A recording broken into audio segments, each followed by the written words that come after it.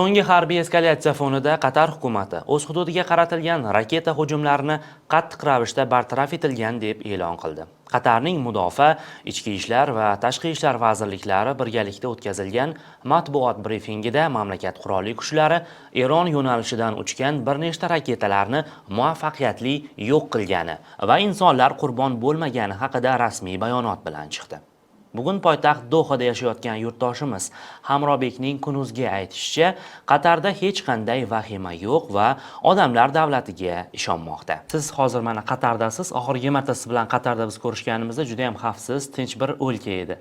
Va qarangki, Qatar ham xuddi shunday bir urushning bir bo'lagiga aylanib qoldi. O'zi xohlamagan holatda, ya'ni bu davlatda AQShning harbiy bazalari joylashgan, tashqi tomondan ham xavfsizligini ta'minlash uchun Amerika Qo'shma Shtatlarining xavfsizligi soyabonida edi.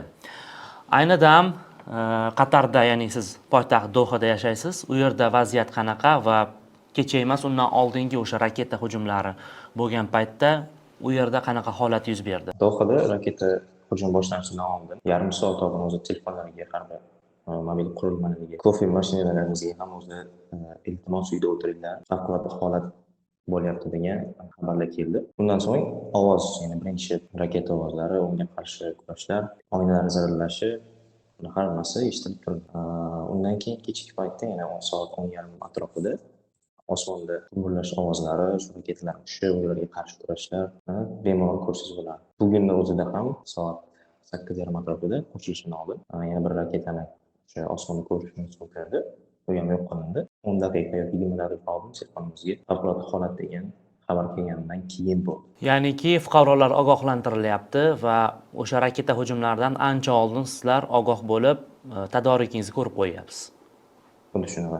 Rasmiylar xavfsizlik tizimining samaradorligi va oldindan rejalashtirilgan mudofaa choralari evaziga Qatar katta zarar ko'rmaganini aytmoqda. Fuqarolarga esa tashqariga chiqmaslik, deraza va ochiq maydonlardan uzoqroq bo'lish kabi oddiy xavfsizlik tavsiyalari berilgan. Shuningdek, hukumat ijtimoiy tarmoqlarda tarqalayotgan asossiz mish-mish va shubhali xabarlar haqida ehtiyotkor bo'lishni ham so'radi. Agar ko'chada bo'lsangiz, uyga kirishga bemalol vaqtingiz yetib boryapti. Osmonda raketaning bo'lgan zahoti shu o'zimizni uylarga kirishni harakatlar yuribmiz.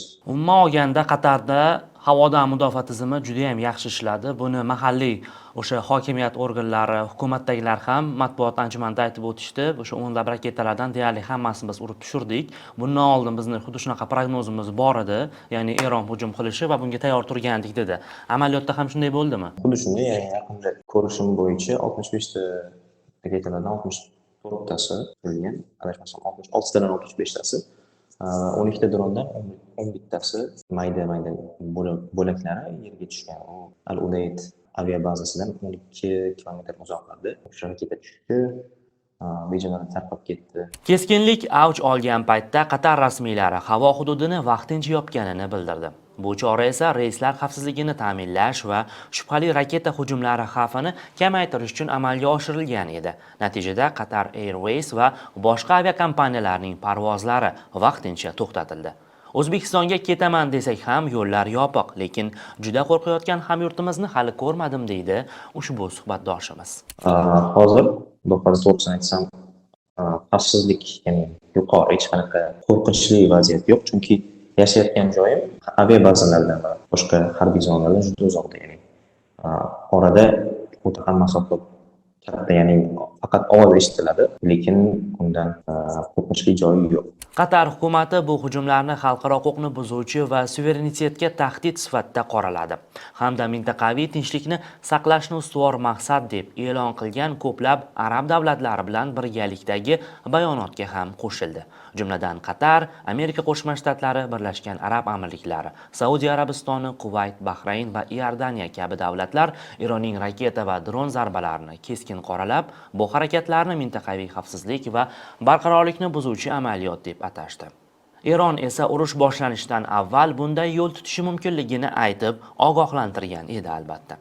Birlashgan Arab Amirliklarining mana Dubay shahrida odamlar ko'chaga chiqmaslikka ogohlantirildi. Ya'ni ko'chaga chiqmanglar degan taqiqni qo'yishyapti. Dohada ham xuddi shunga o'xshagan qanaqadir taqiqlar bormi? Oldinroq aytib o'tganimdek, taqiq yo'q, lekin ogohlantirish bo'lyapti. Agarda zarurat holatda supermarketlarga chiqishingiz mumkin, 24 ga ishlaydi. Pul o'tkazish ya'ni pul yutib olish, ular hammasi motorga yetdi, ya'ni hukumat tomonidan shu narsa yo'lga qo'yildi, ya'ni hech kim qo'rqib turib ovqatlarni g'amlab olishi shart emas.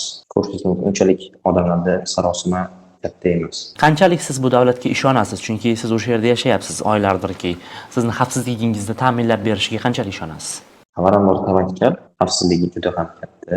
Harbiy tomonlama kuchli degan hissiyot bor, chunki bilib turibsiz, Amerika tomonidan bazalar bor, harbiy bazalar, aviabazalar. Texnologiyaning ko'pi Amerika texnologiyalari. Xavfsizligi balandroq degan umiddaman. Ya'ni ishonasiz hukumatga? Ishonaman hukumatga. Eslatib o'tamiz. Qatar uzoq yillar davomida Yaqin Sharqda murakkab, muvozanatli siyosat olib borgan davlatlardan biridir. Mamlakat rasmiylari Eron bilan ham tarixan kontinental darajada diplomatik aloqalarni saqlab kelgan bo'lsa-da, hozirgi harbiy hujumlarni qabul qilib bo'lmaydigan harakat deb hisoblaydi va bu voqea Qatar-Eron munosabatlari nuqtai nazaridan noqulay holat deb ko'rilmoqda.